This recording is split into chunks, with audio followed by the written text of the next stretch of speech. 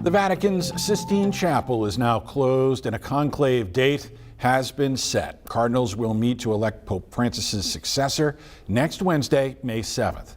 Chris Livesay brings us the latest from Rome, including a recap of Saturday's funeral attended by thousands of mourners. As day broke in Rome on Saturday, the faithful and the curious began to arrive in St. Peter's Square to pay final tribute to Pope Francis. They were joined by 50 heads of state and delegations from 130 countries worldwide. A global show of respect for a man who had tried to reconnect the Catholic Church with the people, like Ida Benson from Austin, Texas. Honestly, I'm trying to keep it together. I'm pretty overwhelmed for the opportunity to be here. I lost a child 6 years ago, and because of him, I am here. My son is right next to him, guiding him and welcoming into his kingdom.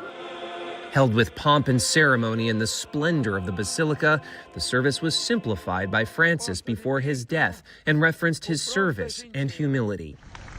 His body was then slowly driven through the streets of Rome as mourners lined the route to his burial place outside the Vatican, the first pope buried beyond those walls in over a century. Instead, he chose the Basilica of Santa Maria Maggiore, where he prayed on the first day of his papacy in 2013, alone during the coronavirus pandemic, and later leading prayers for peace in Ukraine in 2022. He's done his work, what he needed to do on this earth, and he's with God now. He now rests in the earth in a corner of the church he chose. His headstone reads simply, Franciscus.